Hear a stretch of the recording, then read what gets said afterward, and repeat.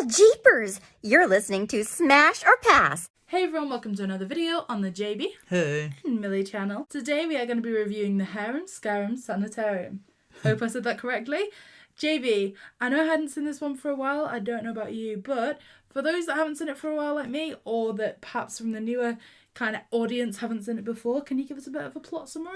Of course. So the episode starts with a lovely pan over the falls of Niagara and a very creepy doctor stood over the falls, giving us a bit of a menacing look. Definitely one of the scarier villains that we've seen so far. But then we get to Scooby and the gang kind of getting a bit lost in the mystery machine until they're warned against going to a particular place. It's very strange. It's eerie. That's the word that I'm looking for. However, through fear of getting lost and finding the way, they decide to follow a lone ambulance where they figure that, hey, if they're an ambulance, they're going to know the way that where places are. So they follow the ambulance to the sanitarium where some spooky things start to take place. We've got patients disappearing in the night. We've got the sound of organs playing that seem to be manipulating dogs.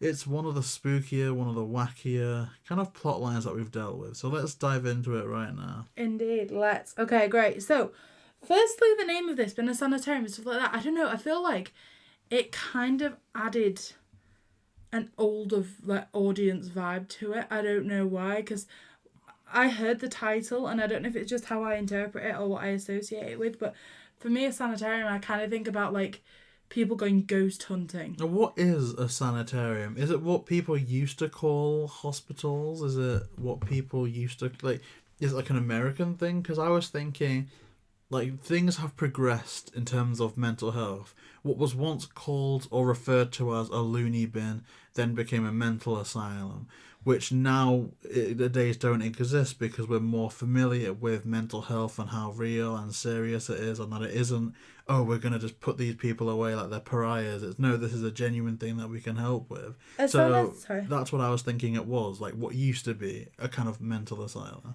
A sanitarium is a hospital that's specialised to deal with a specific type of illness. So this is the vibes I was picking up from. Like I say, I associate it with things like ghost hunter videos, and the reason that I associate it with that is because for things like the Black Death and that kind of thing, they build specialised hospitals, but because it was to treat a specific illness where you normally had to be isolated, there was like a high death toll. So a kind of modern equivalent of that would be those Nightingale hospitals that they opened for COVID. Yeah. Oh, okay. I like that. I like it. Well, I don't like COVID, but I like the reference point. So I'm there with this now. So it's just an ad hoc hospital. Yeah, but so with that in mind though, like I say, I feel like, I don't know, I just felt like there was some darker connotations here for me with this. This is one of the darker episodes that we've had. And tell me, right, so like one of the first things we see is the ghost. They're terrifying. They are creepy. And one, it actually is nonsensical why that particular ghost, knowing what we know by the end of the episode, would just be hanging around by the falls. But it's a heck of an introduction. It is. It is so creepy. I do think that this was one of the monsters that was meant to be in Scooby Doo 2. And I would have pooed myself. Can it just be said, like, if me at 7 was watching this episode, I'd have been too scared. It would have been turned off. And doctors scare me anyway. So the fact that this is some creepy, spooky doctor... It's a lot. Okay, so we cut back to the gang in the mystery machine, and there's an officer there telling them that the road's closed, as you said. So they follow an ambulance, hoping that the ambulance is going to know where they're going. So while there, they meet one of the kind of doctors who says that patients keep going missing. I have a gripe. So I hate cliche stuff that happens. And for me, one of the cliches is that kind of mysterious, menacing hand, like flipping over signs and laughing. But I prefer that to what happens in this episode, which was literally a lightning bolt happened to strike the wooden sign, which doesn't destroy it, it just flips it. So I was like, okay, that's happened, it's stupid, but we'll roll with it. But yeah, the hospital is weird. What I wasn't a fan of is, why did they make a thing about a patient being brought in the rain and at night? like, oh, there's a new patient at this time in this weather, and it's like, yeah, I mean, people can't control when they fall down the stairs and like hurt themselves, or if this is specialist, like no one controls when they get diagnosed with like coronavirus or something. But as we've kind of discussed here, a lot of sanitariums are abandoned because the illness was cured. Yeah, but abandoned 2022. This is, were they abandoned in like the 70s, for example? Well, yeah, there'd have been illnesses from the 30s, 40s. What, polio? I don't know, but there would have been. I don't know. I like to think that the gang, having stayed in there and spoken to active members of staff, they know that that's a working sanitarium, as opposed to like they're not in an abandoned building just staying over. So yeah. Anyway, so the first kind of sign of weirdness is the doctor saying that patients keep disappearing, but it's not elaborated on much, and the gang decide they're staying over there. So Shaggy, Scooby, and Fred have one room. Velma and Daphne have the other, and when Shaggy, Scooby, and Fred are in their room, they see the ghost out of the window. Now, if I saw the ghost out of the window, you'd be getting back in the car and you'd be leaving. I would turn wired. I actually would. That would be the scariest thing ever. I don't know why they tried to amp up the scariness in this, because they really do, but I'm there for it. Like, I want to comment on something here. The pyjamas they give the gang here, I think they're interesting. I didn't know. For Shaggy, they just give him a white t-shirt. It's like they've just not coloured it in. So initially I thought it was a bit of an error when I first saw it. But they give like Scooby an orange kind of bed hat. Oh, I did like hat.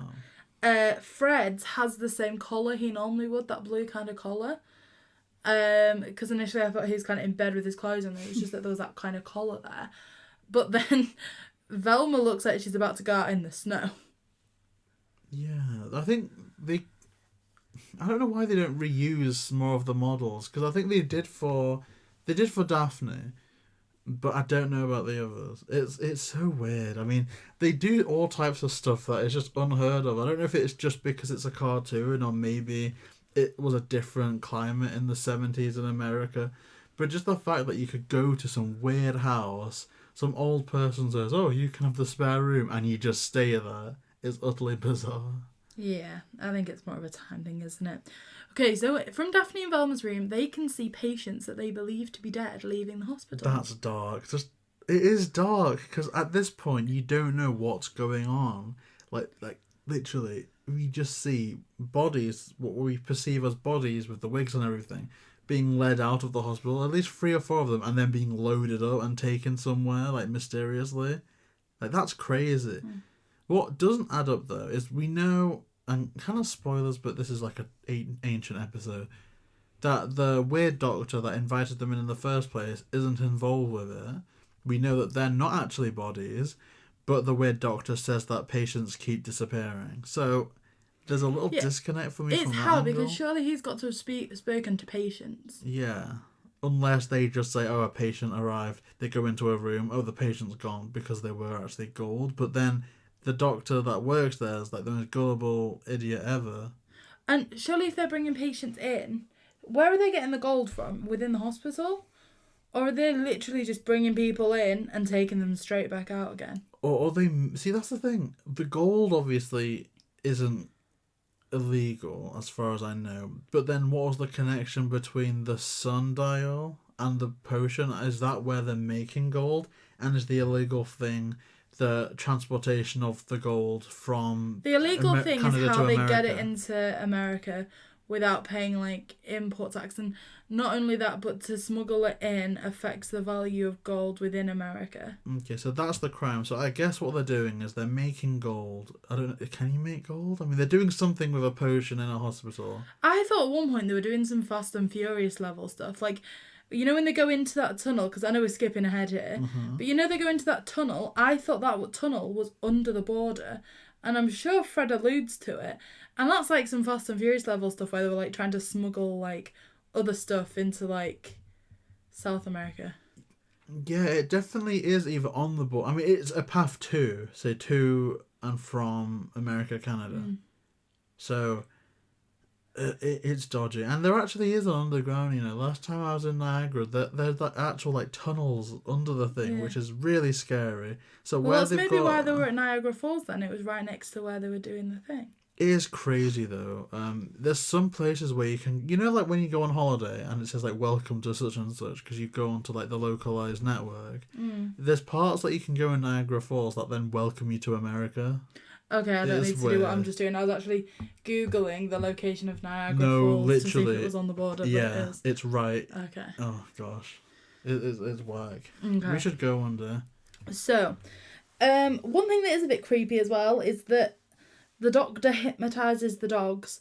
Are we to assume that that's so they don't alert the people, like the doctor, of people leaving? I guess so, but then it's a bit, again... Here's the thing. There's a lot of assumptions that have to be made. I'm going to say this. It's not a spoiler. I enjoyed this episode a heck of a lot more. In fact, infinitely more than the last episode. But I'm finding more faults with this episode. So we're told that the guard dogs were experimented on to obey the organ sounds, right? But then we hear then we see Scooby affected by the organ sound. Which, I don't mind. Like, obviously, dogs are more sensitive to certain frequencies. Even though the notion of dogs ballroom dancing is utterly bizarre, I can buy that. Different sounds do different things to dogs. But then is it because it's a pitch that dogs like? Is that why they're doing it? Or was it experiments? So it's a disconnect. Because we're told one thing and we kind of see another there. Yeah, it is quite conflicting. And also, there was no reason for Scooby Doo to be in the last episode that he was in. But this would have been a decent episode for Scooby Doo to be in. If, like, dogs were being affected, they could have played more into that. Like, maybe there was a reason why Scooby Doo was immune, and maybe that's because one ear was hidden behind its hat or something. Like, maybe Scooby's out of commission and they have to save him. Just more going on in the episode.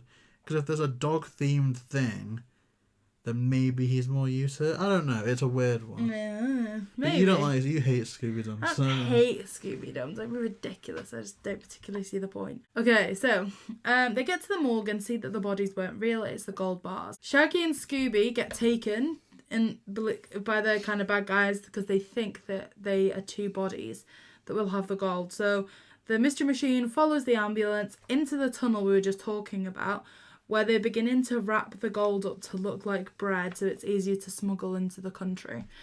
That's ridiculous, surely. Is that for the sake of, if, say, someone drives past them, it's just, oh, there's some bread, or are they anticipating that they're going to be border checked anywhere? Because they're going to scan or at least look into the bread, whatever the bread is, right? You'd think so, but I've got another plot hole here. How are they transporting this? Where's the van that says bakery on the side of it?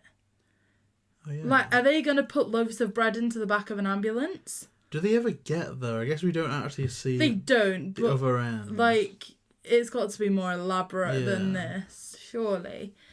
Okay, anyway, they're unmasked that it was Officer Oldfield.